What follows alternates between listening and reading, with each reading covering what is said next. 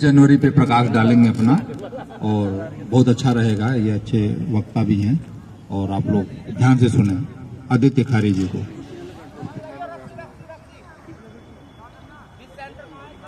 छब्बीस जनवरी का मान करें, अपने कर्तव्यों का ध्यान करें, संविधान के संग संग कर्तव्यों का भी गान करें, मिलकर कदम बढ़ाएं, नए भारत का निर्माण करें। सुप्रभात। आप सभी को मेरी तरफ से 76वें गणतंत्र दिवस की हार्दिक शुभकामनाएं। आज मैं आप सभी के समक्ष गणतंत्र दिवस के उपलक्ष्य में एक लेख प्रस्तुत करने जा रहा हूं।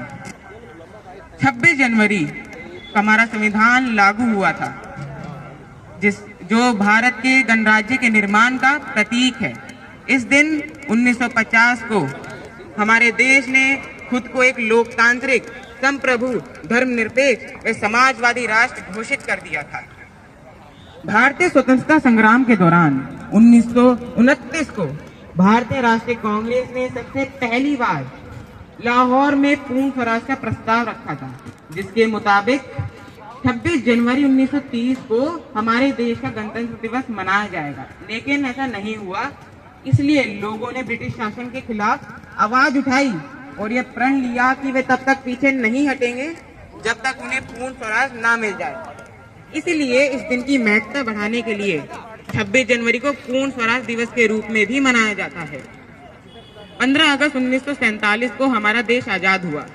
उस समय भारत सरकार अधिनियम 1935 के तहत ही अपना प्रशासन चला रही थी। एक स्थायी संविधान की जरूरत महसूस होने लगी थी। इसलिए ही 29 अगस्त 1947 को एक संविधान सभा का गठन हुआ। उस सभा में शुरुआत में 384 लोग थे, बाद में संख्या घटकर 299 रह गई।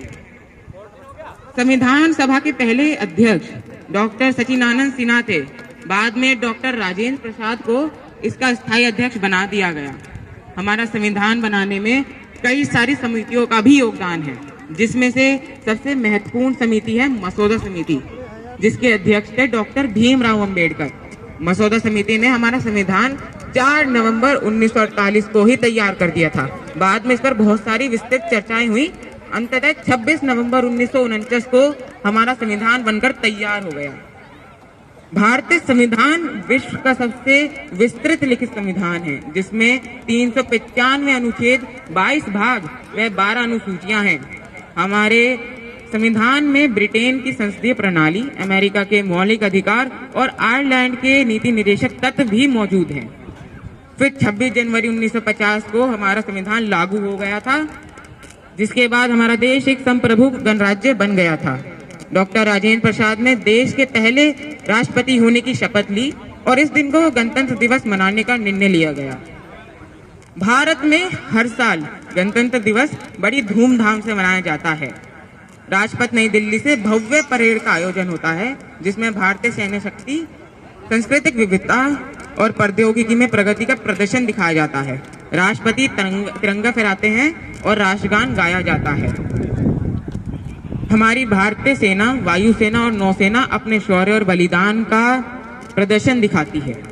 गणतंत्र दिवस हमें न केवल हमारे संविधान की याद दिलाता है, बल्कि यह भी सुनिश्चित करता है कि हम अपने कर्तव्यों और अधिकारों के प्रति सचेत रहें।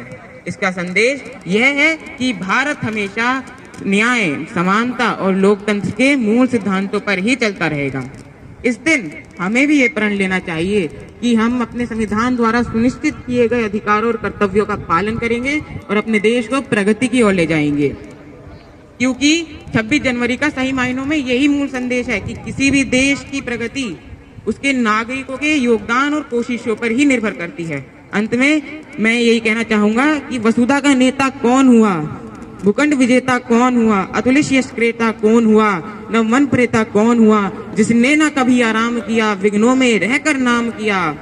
जब विघ्न सामने आते हैं तोते से हमें जगाते हैं, मन को मरोड़ते हैं पल पल, तन को झंझोड़ते हैं पल पल, सतपथ की ओर लगाकर ही जाते हैं हमें जगाकर ही। वाटिका और वन एक नहीं, आराम और रन एक नहीं, वर्षा अंधड़ आपात अखंड, पौरुष के हैं साधन प्रचंड। अब जा विपत्ति पर छा जा, मेरे किशोर मेरे ताजा, जीवन का रस छन जाने दे, तन को पत्थर बन जाने दे, तू स्वयं तेज भयाकारी है, कर सकती क्या चिंगारी है। धन्यवाद।